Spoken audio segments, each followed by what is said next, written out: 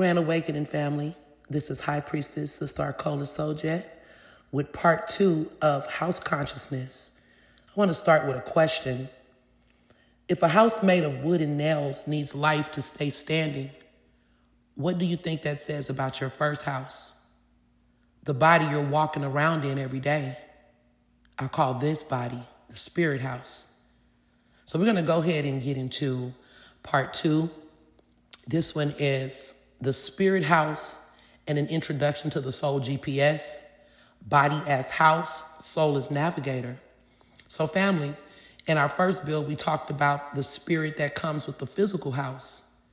Now we're going to talk about the body as spirit house. Before you ever stepped into an apartment, a duplex, a mansion, a 2-story house, or whatever it is you have, your soul already moved into its first address.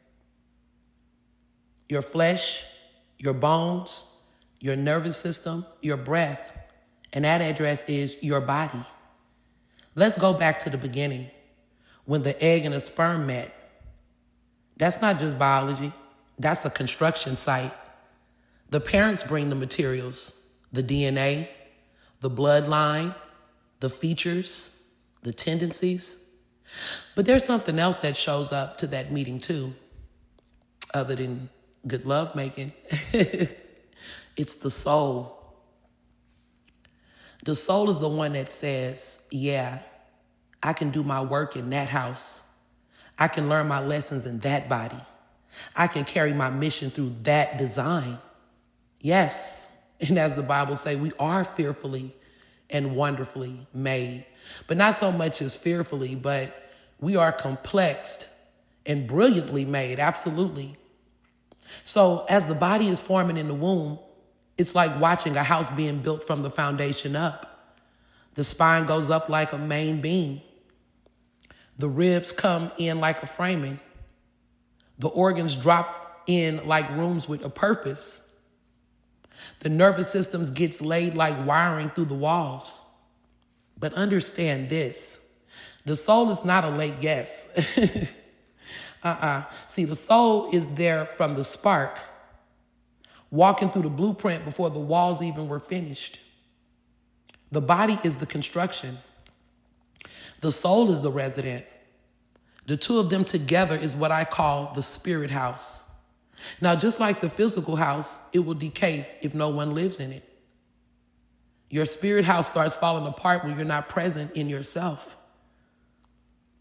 When you leave your body emotionally and spiritually, when you go numb, when you shut down, when you disconnect, when you stop listening to what your body is saying, when you ignore the pain, ignore the stress, ignore your intuition, ignore that little voice, that's the same as leaving a house empty and walking away from it.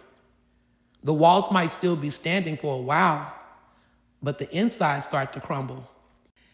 In our bodies, that looked like stress eating away at us, anxiety shaking the windows, depression dimming the lights, burnout blowing the fuses, stress literally eating away at the wiring, and that's a big one.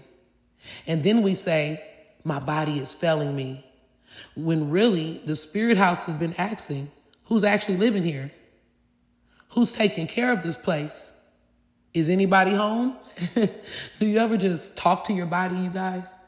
Like take time to really just talk to your body. If you be still, watch how it responds. It's just like when we clean our physical homes, we have to clean our spirit house too. And that means slowing down long enough to feel, crying when you need to cry, getting real about what hurts, releasing what you've been carrying for years, breathing deeper than survival mode, feeding your body things that don't curse it, resting instead of bragging about exhaustion, you know. Cleanliness is next to godliness. This isn't just about mopping floors. It's about how you maintain the first temple you were given. Now let me touch the soul GPS for a minute, because this is where it gets powerful. From the moment your soul chooses your body, it also chooses your path. Certain cities, certain people, lessons, and awakenings. All of that was already loaded in the system like an address. That's why sometimes you feel a pull you can't explain. You feel, I'm not supposed to be here anymore.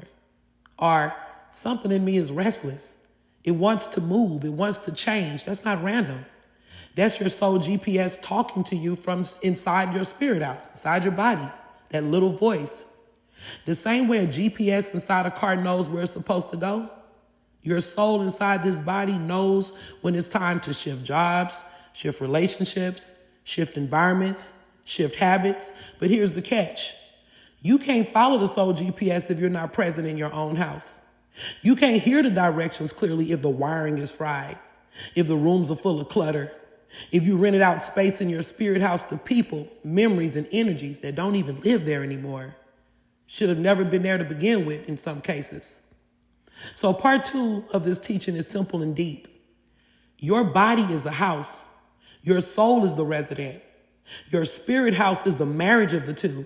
And your soul GPS is the quiet navigation system inside, always rerouting you toward your true path. Before we talk about new homes, new cities, and new opportunities, we have to ask, am I even living in my own body? Am I inside myself? Am I at home in myself? Is my spirit house clean, tended to, inhabited by me? Or is it standing here empty while I wander somewhere else? Am I just living on autopilot? Am I really hearing my own inner voice? And in order to hear your inner voice, you have to live in your body. You have to be able to slow down enough to hear the voice. And we're going to build deeper on this during the build on Soul GPS.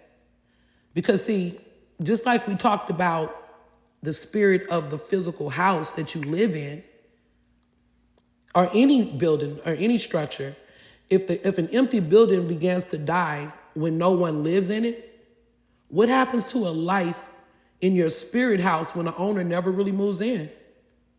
That's the question I really want you to sit with, family. And from there, we'll go even deeper on how the soul GPS tries to bring you back home to yourself over and over again.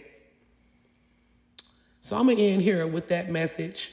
Let that sit. And if you haven't seen part 1, please go back and take a look at part 1, House Consciousness, the concept and spirit of the structure. And I just wanted to say, I know some people that's been knowing me for a while, you see me go through many different stages of evolution. Whether you're a silent watcher or someone who's active, and I appreciate all of the support, the quiet support. I appreciate the comments. But you see me going in different directions with my content. Well, what's going on is each of these different directions will have a home. So I had to kind of test some things out. I am still dealing with metaphysics. We have Metaphysical Monday. I also will still be doing intuitive sermons and other things on Calligraphy TV. Make sure you tap in if you're still into the culture, community, the metaphysics. I'm coming back with the actual Metaphysical Monday live stream show in the beginning of 2026. If you like the shadow things that I've been posting, the Medusa messages, things that are about the Vampire Blood Diaries, a new series that I'm starting, and other things that deal with the dark sided nature and things that we go through emotionally and in our shadow as humans, shadow integration, shadow readings, come down to Dark Mirror Intuition. That's the home for dark poetry and also psychological story time, like psychological thrillers, story time. So, tap in, you guys, if y'all into any of that. If you like those charm readings, I'm about to start this whole thing. Well, I've already started the process, but my Instagram, which is Soljet Tarot, that's the home of, if you like the lighter charm reads. But if you like that heavy stuff, y'all got to come down to Calligraphy TV, even here on TikTok, or Dark Mirror Intuition. And that's pretty much. I'm not going to hold you guys up. I thank you for your time. And make sure you follow this profile. I'll follow back. And make sure you stay tuned for more.